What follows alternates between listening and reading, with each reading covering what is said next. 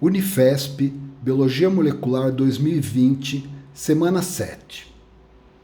Na semana 6, nós vimos expressão gênica, projetos genoma e projetos transcriptoma. Nessa semana, veremos sequenciamento de DNA, uma técnica fundamental na biologia molecular que, junto com PCR, constitui uma das principais técnicas que permite, então, estudar a biologia molecular dos sistemas vivos e também a biotecnologia. Podemos engenheirar o DNA. Então, como que nós podemos decifrar a sequência específica de bases numa molécula de DNA? Utilizando, então, o sequenciamento, que surgiu, então, foi desenvolvida a técnica na década de 70.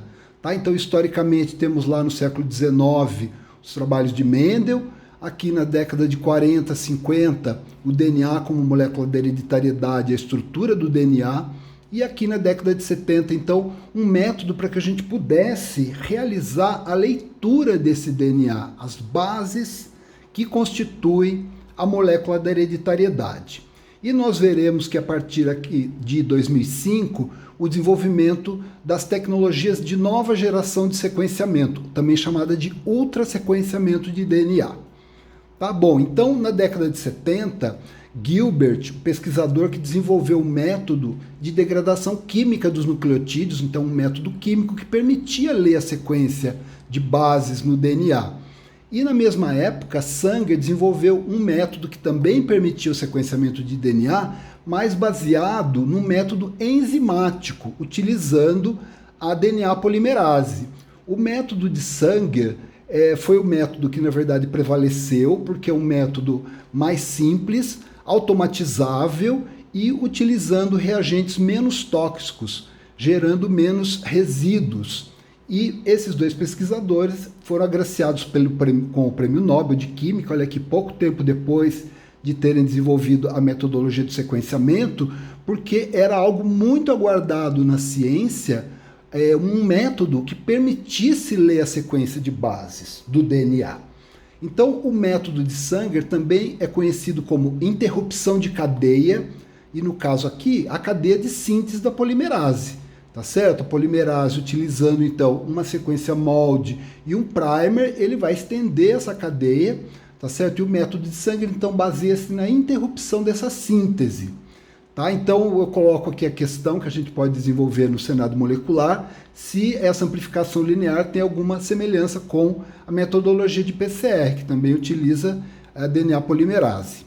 Então, inicialmente, o método de Sanger utilizava uma eletroforese em gel de acrilamida em placa, tá certo? E posteriormente capilar, nós veremos em seguida, e a leitura da sequência de uma maneira manual, como eu fiz na minha tese, e depois automática. Então essa automatização do sequenciamento pelo método de Sanger trouxe muita eficiência para o sequenciamento do DNA, menos interferência humana, gerando mais precisão e difusão da tecnologia de sequenciamento por todo o mundo científico, que queria então desvendar a sequência de DNA dos seus sistemas de estudo. Tá? Então, esse desenvolvimento da biologia molecular, junto com a ciência da computação e da tecnologia da informação, então disponibilizando toda essa informação científica gerada com o sequenciamento de DNA, foi fundamental para os avanços da biologia molecular e da ciência da biotecnologia, assim como o desenvolvimento, então, de empresas ligadas à biotecnologia, tá certo? Seja para a produção de equipamentos, seja para a produção de reagentes químicos e enzimáticos utilizados aí nas técnicas de sequenciamento.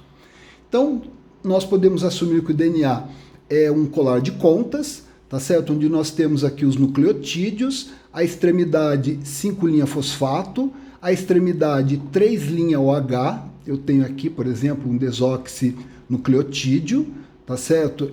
Nesse caso aqui do DNA, né? E aqui temos o DNA dupla fita. E Sanger, para poder desenvolver o seu método, ele se serviu de um composto químico que é um didesoxinucleotídeo, aonde aqui no carbono 3, ao invés de ter uma hidroxila, na verdade esse composto tem um hidrogênio. Então eu não tenho no didesoxinucleotídeo a extremidade 3' OH para que a polimerase possa adicionar o próximo nucleotídeo. Então, há a interrupção de cadeia. Tá? Então, aqui seria o didesoxinucleotídeo sem o 3' OH, que ele teria um hidrogênio. Tá? E aqui, então, vamos mostrar como seria um esquema aqui do sequenciamento de DNA pela metodologia de Sanger. Então, eu tenho aqui um DNA molde, tá certo? Aqui um primer, tá? Então, o sentido da vida, 5' para 3', tá certo? Isso aqui, logicamente, lembra muito o que a gente viu, tanto de replicação quanto de PCR, tá certo? E aqui eu tenho os nucleotídeos, tá? Então, eu tenho nucleotídeos que estão aqui em azul e eu tenho uma pequena fração de didesoxinucleotídeos. Então, nesse caso aqui, olha, nessa reação, eu tenho o molde, o primer, desoxinucleotídeos, tenho aqui os T's e tenho uma pequena fração de didesoxi-T, da timina. Então aqui eu tenho a polimerase e ela vai começar a estender, então copiando a fita molde, colocando o nucleotídeo complementar. Né? Então ela vai estendendo, até o momento em que é adicionado um didesoxinucleotídeo. Nesse momento, esse didesoxi, ele interrompe a síntese pela polimerase porque ele não tem uma hidroxila no carbono 3 para que o próximo nucleotídeo seja adicionado. Então, é deslocado o sistema e eu tenho a síntese desse fragmento que parou aqui aonde foi interrompido, na verdade, onde foi adicionado esse didesoxi-timina, exatamente nessa posição dessa adenina no fragmento molde, tá certo? Então aqui é interrompida a cadeia, tá? Então várias amplificações lineares são realizadas, então eu faço a minha construção do meu DNA de interesse a ser sequenciado num plasmídio, como a gente já viu, tá certo? Monto a reação com o DNA deste plasmídio, o primer, os nucleotídeos, a polimerase, o tampão, e é procedida essas reações, várias amplificações lineares que acontecem simultaneamente no tubinho. Então isso vai dar oportunidade com que um pool de fragmentos seja gerado, nesse caso aqui utilizando o didesoxi-T, com a interrupção da cadeia em cada ponto onde eu tenho um A aqui no meu DNA molde. Aí, aqui para mostrar, né, como seria isso no plasmídio, então vamos assumir aqui o plasmídio que a gente já conhece, o sítio múltiplo de clonagem aqui. Eu clono um gene no sítio múltiplo de clonagem. O plasmídio tem uma sequência conhecida que está aqui, ó, o polylinker está aqui, desde esse sítio aqui de KPN até o sítio de SAC1. E o que eu tenho, pessoal? Eu tenho aqui na borda do ponto de inserção do meu gene, que eu quero ler a sequência dele, a sequência do plasmídia conhecida, eu tenho um sítio de anelamento dos primers utilizados no sequenciamento, tá certo? Então, na reação de sequenciamento, por exemplo, para eu ler esse inserto de DNA que eu não conheço a sequência, sendo que eu conheço a sequência do plasmídio, eu vou montar, então, duas reações independentes, tá? Não é como a de PCR, não vamos confundir. Numa reação eu uso o primer forward, que vai anelar numa extremidade do inserto clonado, e na outra reação eu vou utilizar o primer reverse, tá? Então eu vou ter duas reações independentes acontecendo, cada uma num tubinho, para poder ler o meu fragmento de interesse, tá certo? Então com isso eu consigo ter então o sequenciamento das bases que correspondem àquele DNA. Então aqui, como nós mostramos, né, quando eu utilizo um didesoxi-T, vai parar em todos os pontos onde eu tenho um A na fita molde, que não está aqui embaixo, tá certo? E aí a gente vai fazer uma eletroforese que vai separar esses fragmentos gerados por tamanho, como a gente já viu. Então nesse caso aqui vamos supor que o pocinho está aqui embaixo, os fragmentos maiores migram mais lentamente, os fragmentos menores migram mais rápido. E para o sequenciamento das 4 bases num determinado DNA, eu vou montar aqui, isso aqui é como eu montava na minha tese de doutorado, tá certo? Separadamente, 4 reações, tá? Onde o que é comum aqui, o DNA molde, os primers, os desoxinucleotídeos, tampão a polimerase, e o que vai diferir é que aqui, em cada reação, eu vou colocar uma fração pequena dos de desoxi, que vão interromper a cadeia. Então, aqui, de desoxi G, A, T e C, tá certo? Então, nessa reação aqui, onde tiver um C no meu DNA molde, vão ser interrompidos várias cadeias, tá, nessa posição com a entrada do didesoxi-G, aqui do A, do T e do C. Então eu corro essas 4 reações em paralelo num gel, que nesse caso, pessoal, olha que interessante, é um gel de poliacrilamida, nesse caso 7%. Tá? E esse gel, na verdade, nessa concentração, ele permite que eu distingua fragmentos de DNA com a diferença de uma base apenas, tá certo? Então aqui, olha, eu tenho todos os fragmentos que foram interrompidos onde eu tinha um C na fita molde, aqui no T, tá certo? E aí eu vou ler, então, a minha sequência de DNA, e aí tanto faz eu ler uma base ou a complementar, eu vou ler aqui do fragmento menor para o maior, tá certo? Sendo que o primer, ele está colocado aqui embaixo, porque essa sequência aqui foi interrompida próxima do primer, né? Vamos dar uma voltadinha aqui só para a gente perceber, ó, o primer está aqui, tá vendo? Os fragmentos menores, eles estão próximos do primer. Então aqui quando eu vou ler aqui a sequência do DNA, que eu quero decifrar essa sequência. Então olha, G, A, T, G, A, C, G, A, G, G e assim por diante, tá certo? Então com isso eu consigo ler a sequência específica de um fragmento de DNA, tá certo? Então aqui feito numa placa, né, num gel de acrilamida, onde eu coloco então cada uma das reações num pocinho, e nesse caso aqui os nucleotídeos são marcados com fósforo 32, com uma substância radioativa, por isso que é o monocolor, né? Só tem aqui a impressão da radioatividade, depois que eu corro o gel eu transfiro para uma matriz sólida, como a gente viu no Southern Blot. Nesse caso aqui eu não preciso de uma sonda, por quê? Porque o nucleotídeo já é marcado radioativamente. Então quando eu exponho esse gel junto com um filme fotográfico, eu vou ver então impresso aqui os fragmentos de DNA que me permitem ler G, T, G, G, C, T, C, C e assim por diante, tá? Nessa autorradiografia. Bom, trabalhar com radioatividade, como a gente já falou, é sempre um estresse, sempre um problema, né? Inclusive os efluentes radioativos que sobram para a gente poder dar conta deles depois.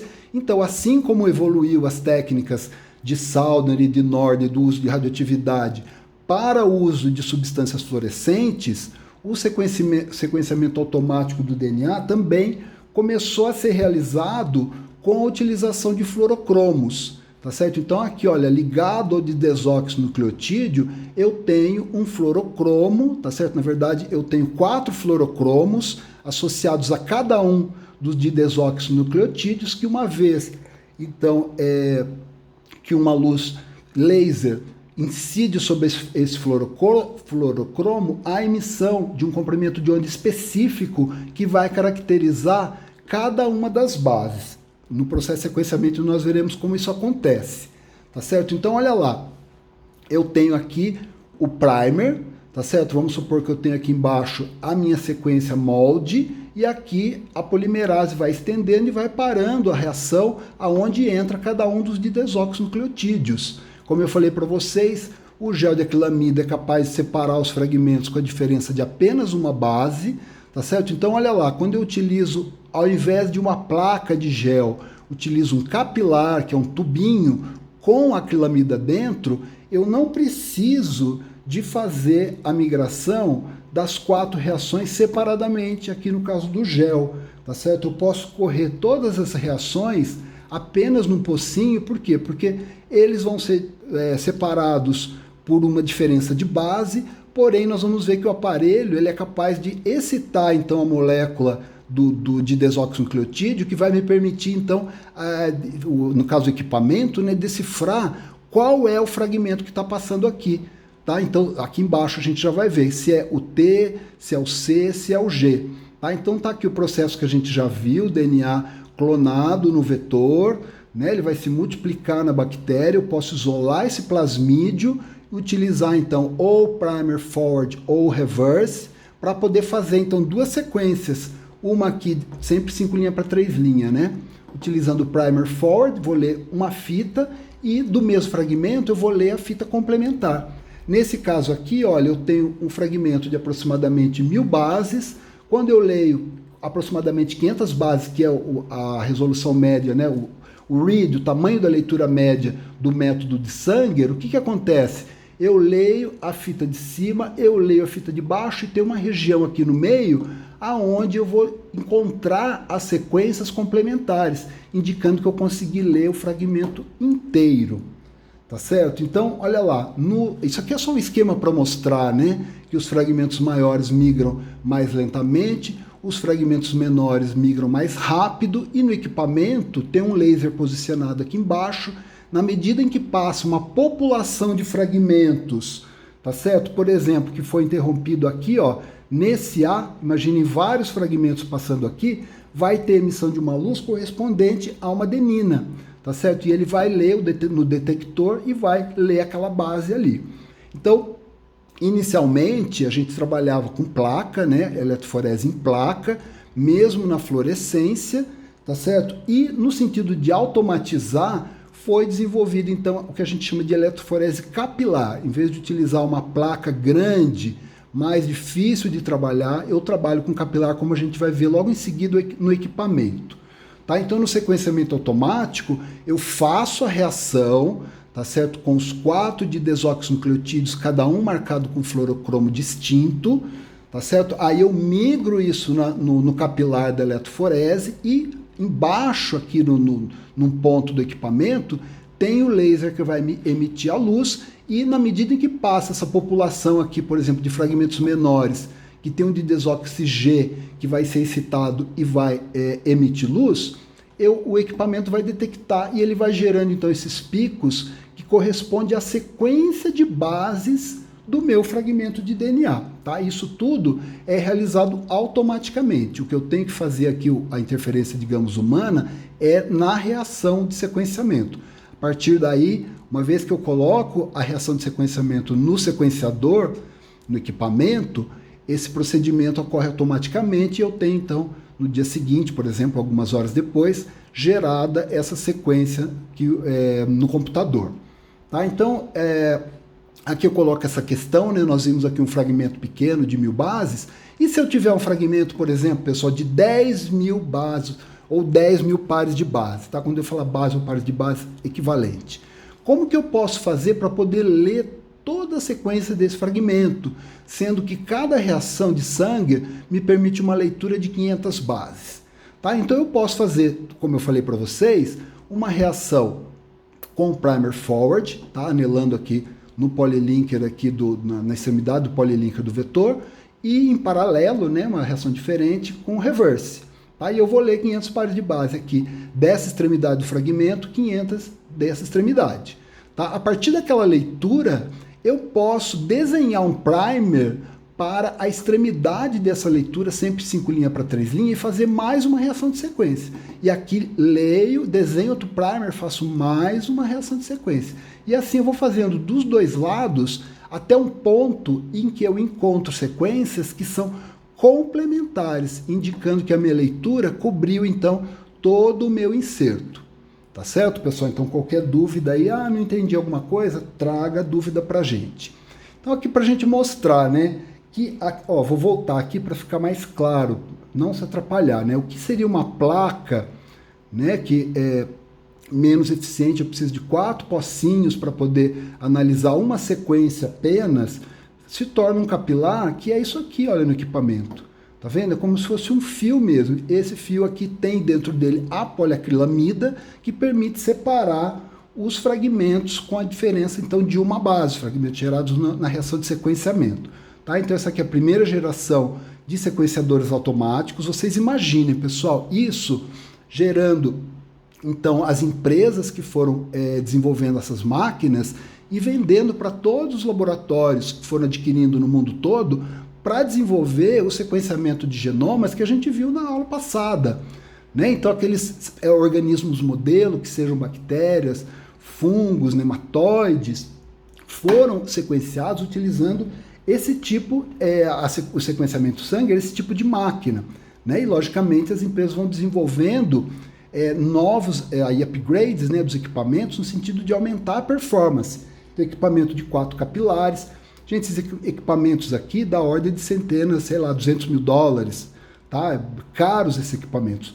4 capilares, 16 capilares, olha aqui os capilares, tá certo? Então isso aqui foi uma evolução muito rápida, né? Aí 48 capilares, então eu posso ler 48 sequências de uma vez só, tá certo? E 96 capilares. Esse tipo de equipamento aqui foi utilizado nos projetos genoma, muito utilizado no genoma humano, nos genomas que foram realizados aqui no Brasil, tá? Então olha aqui, eu tenho uma placa aqui que a gente chama de placa de ELISA, uma placa de 96 capilares, e eu posso utilizar então uma pipeta multicanal para montar a reação de 96 reações diferentes, tá certo? Coloco no equipamento e o processamento aí do sequenciamento vai acontecer e depois de um tempo eu vou ter no meu computador as sequências geradas, tá? Esses cromatogramas, tá? Então esses cromatogramas correspondem então à sequência de bases ordenadas do fragmento que eu estou lendo, tá? E tem uma questão de qualidade. Quanto mais próximo do primer, a DNA polimerase, ela está muito ativa, então ela gera picos muito claros, muito definidos, então uma leitura muito boa. Na medida em que a sequência vai andando, então vamos supor, ele começou a ler o fragmento, 500 bases. Ele chegou lá, 100, 200 bases, qualidade excelente. 200, 300 bases, qualidade média. Na medida que há poucas ambiguidades, né? A acurácia, ou seja, eu posso confiar nas bases lidas, tá? Em função dos picos bem definidos de um tamanho médio. Na medida, olha aqui, ó, 400 bases, na medida em que o sequenciamento prossegue numa leitura, olha aqui, por exemplo, quando eu estou lá a 800 bases do primer, eu já não posso confiar mais nessa leitura. Tá certo? Isso aqui vai ser descartado. São sequências de baixa confiabilidade. Então aqui, desculpa, mostrando para vocês, na época do sequenciamento do genoma humano, esses equipamentos, né, os sequenciadores automáticos. Então a gente vê aqui pouca interferência humana, tá certo? De pessoas fazendo trabalho manual, então tudo muito automatizado, buscando sempre aumentar a performance, e isso também leva, a performance que eu digo, a quantidade de bases geradas, né, a qualidade das sequências geradas, tá, e o mínimo de interferência humana. Tá? Então a velocidade de sequenciamento, olha lá, leitura de bases por minuto, como aumentou, tá certo? Então tem aqui, olha, manual, que foi quando o professor começou a fazer sequenciamento de DNA lá na Idade Média da Biomol, era 0,01 pares de bases por minuto. Tá certo? Quando a gente chega aqui embaixo, olha, isso aqui já é 1.600 pares de base por minuto, tá? Nessa plataforma. Então, aumento de 160 mil vezes na velocidade de sequenciamento. Isso que possibilitou, então, sequenciar os genomas, como a gente viu na aula passada, já com a tecnologia de Sanger. Nós veremos que depois de 2005, o incremento foi mais espetacular ainda. Tá? Então, todos os dados de sequenciamento de DNA, desde aqui da década de 80, então a gente vai imaginar, né, o sequenciamento foi estabelecido na década de 70, logo no começo da década de 80, se estabeleceu então um banco de dados, o GenBank, é aqui que entra, como eu falei para vocês, a tecnologia da informação, que é um banco de dados público, aonde se você quer publicar um trabalho científico que tem um sequenciamento de DNA, é obrigatório colocar, disponibilizar nesse banco de dados público, eles geram um número referente ao depósito dessa sequência e tudo vai sendo guardado no GenBank. Então olha lá, em 1982 tinha 606 sequências, tá? Então leituras de aproximadamente 500, né? 680 mil nucleotídeos e uma evolução, eu peguei aqui o dado do ano passado, né, agosto de 2020, a quantidade de sequências e de bases lidas, tá? Então é uma coisa colossal. E aqui a gente já está no universo, pessoal, de um termo que a gente ouve falar muito, que é o Big Data, tá certo? De gerar mais dados do que a gente consegue analisar. Tá? Então aqui essas unidades do universo genômico, tá certo? É uma base, quando a gente fala 1 megabase é 1 milhão de bases, 1 gigabase, 1 bilhão de bases, tá? Então o genoma humano a gente sabe que tem 3 gigabases.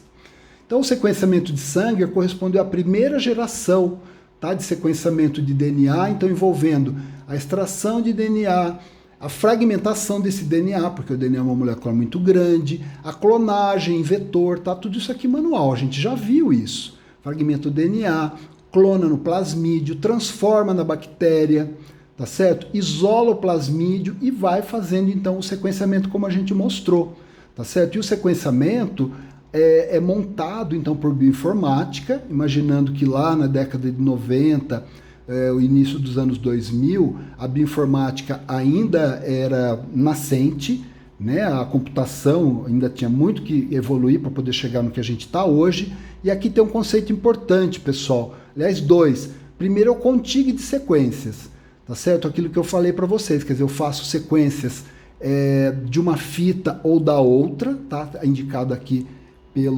pela setinha. E aí o computador vai ligando até ele encontrar sequências que são contíguas, tá certo? Então com isso ele consegue montar um contigo de sequências a partir de sequências menores, tá? E eu tenho também esse conceito da cobertura, ou seja, quantas vezes uma determinada base no DNA que eu isolei foi lida, tá? Então aqui, por exemplo, uma cobertura de 5 vezes, 1, 2, 3, 4, 5, tá certo? Eu tive 5 leituras independentes que apontaram que, por exemplo, aquele G naquela posição é de fato um G. Isso é muito importante hoje em dia, já era na época, né, para montar aqueles genomas, mas hoje em dia, se eu quero estudar polimorfismo, por exemplo, de base simples, quanto maior a cobertura, maior a possibilidade que eu tenho, eu posso aferir que aquela mutação, aquela diferença é biologicamente válida.